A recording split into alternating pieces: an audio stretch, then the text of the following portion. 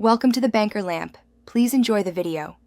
You begin by confirming you have a parent account with a valid email and your child's Roblox username and birth date. This matters because age gates change available controls.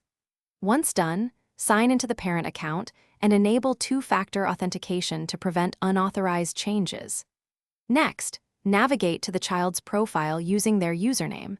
This is the first actionable step where you will start applying parental settings. Make sure you stay signed into the parent account while you proceed to the next configuration screens.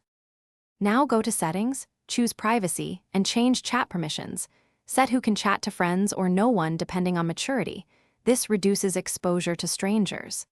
After that, enable account restrictions to enforce Roblox's curated, age-appropriate experiences. This simplifies allowed games automatically. Then review contact and messaging options. Disable or restrict who can message, follow, and join. Explain to your child why these limits exist so they understand boundaries.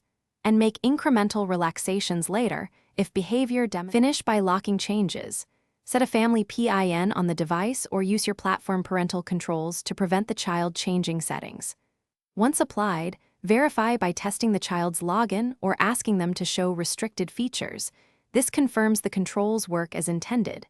If something goes wrong, settings not applying, clear browser/app cache, ensure the Roblox app is updated, and recheck account ages. If problems persist, contact Roblox support while noting account usernames, error messages, and steps you already tried.